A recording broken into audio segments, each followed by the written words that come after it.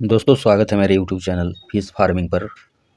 जैसा कि आप सबों का इच्छा होता है, किस तरह की दवाई का प्रयोग करके हम अपने मछलियों का ग्रोथ यथाशीघ्र ले सकें, यानी जल्द से जल्द हमारी मछलियां मार्केटेबल साइज हो जाए। इसी के विषय में आज के वीडियो में हम चर्चा करने जा रहे हैं। किस तरह से आपकी मछलियां जल्द से जल्द ग्रोथ कर जाएं। हर मछली पालक बंधु का यही सवाल होता है, उनके दिमाग में चल रहा होता है, और सारे लोग कुछ दवा के बारे में जानकारी प्राप्त करते रहना चाहते हैं, जिससे मछलियों का इम्यूनिटी बूस्ट हो सके। फिश जो आप फिश फार्मिंग करना चाहते हैं, अच्छा खासा धन कमा सकें और लागत भी कम आए। तो उसके लिए आपको हम कुछ जानकारी देना चाहते हैं दोस्तों। जैसे कई तरह से आप अपने मछलियों को ग्रोथ को जल्दी से जल्दी बढ़ा सकते हैं। उसमें आपको प्रोबायोटिक्स पर डिपेंड करता है कि किस तरह का प्रोबायोटिक्स आप दे रहे हैं, अपन मछलियों को दे भी रहे हैं या नहीं दे रहे हैं। उसके बाद मिनरल मिक्सर की बात आती है, किस तरह का मिनरल मिक्सर आप प्रयोग में ला रहे हैं, या प्रयोग में ला भी रहे हैं या नहीं ला रहे हैं। अच्छे विटामिन्स के संबंध में हम कहना चाहेंगे, अच्छे प्रोडक्ट जो भी आप देते हैं अपने मछलियों का, बेहतर कंपनी के प्रोडक्ट का चयन करना पड़ेगा आपको। और बहुत सारी जानकारी हम इस वीडियो में जो देने का प्रयास कर रहे हैं, फीड का, किस तरह का फीड आप देते हैं, उसमें विटामिन्स की मात्रा क्या है, कितना परसेंट उसमें विटामिन्स है, प्रोटीन्स है। उसके बाद मैनेजमेंट, अपने मछलियों का मैनेजमेंट या देखभाल किस तरह से आप करते हैं। जैसे जब आप फीड देते हैं तो आपकी मछलियों का ग्रोथ का लगभग 30 से 35% ग्रोथ डिपेंड करता है आपकी फीडिंग पर, कि बेहतर क्वालिटी का आप जब फीड देते हैं, इस पर निर्भर करता है। मैनेजमेंट जब आप बेहतर करते हैं तो लगभग 30 से 35% रोल होता है आपके देखभाल का। सीड का क्वालिटी आप क्या लेते हैं, कई बार आप कम रेट के चक्कर में सीड अच्छा नहीं ले पाते हैं दोस्तों। तो हम कहना चाहेंगे कि एक बहुत बड़ा योगदान होता है, लगभग 20% सीड के क्वालिटी से निर्भर करता है कि आपकी मछलियाँ कितनी जल्दी ग्रोथ कर जाएंगी। हम साइज़ की बात नहीं कर रहे हैं, क्वालिटी की बात कर रहे हैं। उसके बाद वाटर टेम्परेचर आपको मेंटेन करना पड़ता है।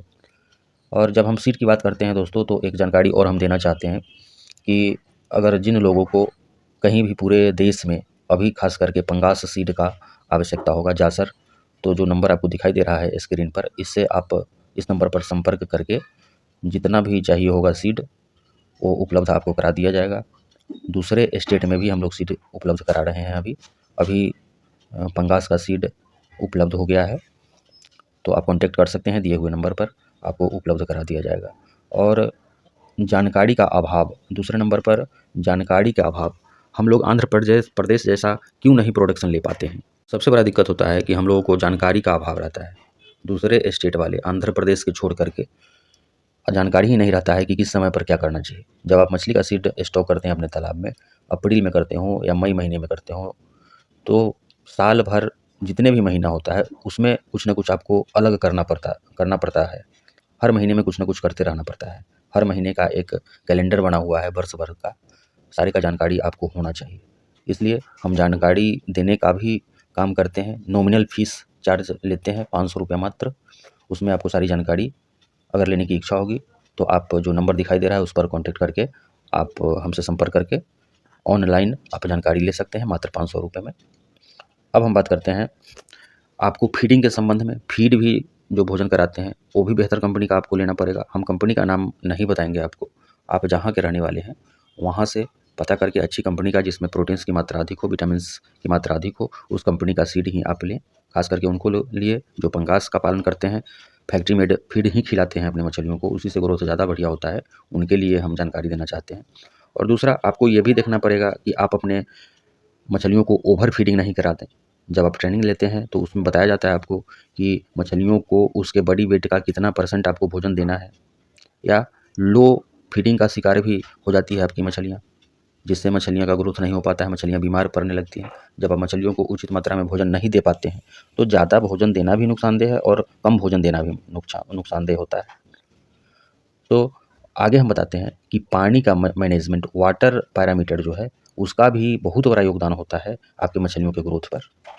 पानी में अमोनिया की क्या मात्रा है, इसकी भी आपको जानकारी होनी चाहिए। पीएच की जानकारी होना चाहिए, टीडीएस की जानकारी होनी चाहिए, टेम्परेचर की जानकारी होना चाहिए। क्या आपका तालाब ऐसे जगह पर है जहाँ अधिकतर समय तक धूप लगता है? धूप का योगदान बहुत बड़ा होता है मछली पालन में, मछलियों के ग्रोथ के लिए, ऑक्सीजन बनने के लिए, सारी चीज़ें हैं जिस पर आपको ध्यान देना पड़ता है। सारे चीज़ों की जानकारी के लिए आपको ट्रेनिंग, छोटी-मोटी ट्रेनिंग लेना बहुत ज़रूरी होता है। बगैर जानकारी का आप मछली का उत्पादन अच्छी तरह से नहीं ले पाते हैं। आप खर्च तो बहुत अच्छा करते हैं, महँगा बीज खरीद कर के डाल देते हैं, भोजन भी देते हैं मछलियों को, फिर भी मछलियों का ग्रोथ नहीं होता है, फिर भी मछलियाँ कभी-कभी मरने लगती हैं। क्या कारण हो सकता है? जानकारी का अभाव। आपको जानकारी नहीं रहने की वजह से इस तरह का ये सारी प्रॉब्लम आती रहती हैं। इसलिए मोबाइल के स्क्रीन पर जो नंबर दिया जा रहा है, जो दिखाई दे रहा है, उस पर आप संपर्क करके कम लागत में यानी ₹500 में आप जानकारी ले सकते हैं। अच्छा सीड की आवश्यकता है, बेहतर सीड आप हमसे प्राप्त कर सकते हैं। धन्यवाद। जानकारी अच्छी लगी लाइक करेंगे, वीडियो पर चैनल पर अगर नए होंगे तो सब्सक्राइब कर लेंगे। बहुत बहुत धन्यवाद।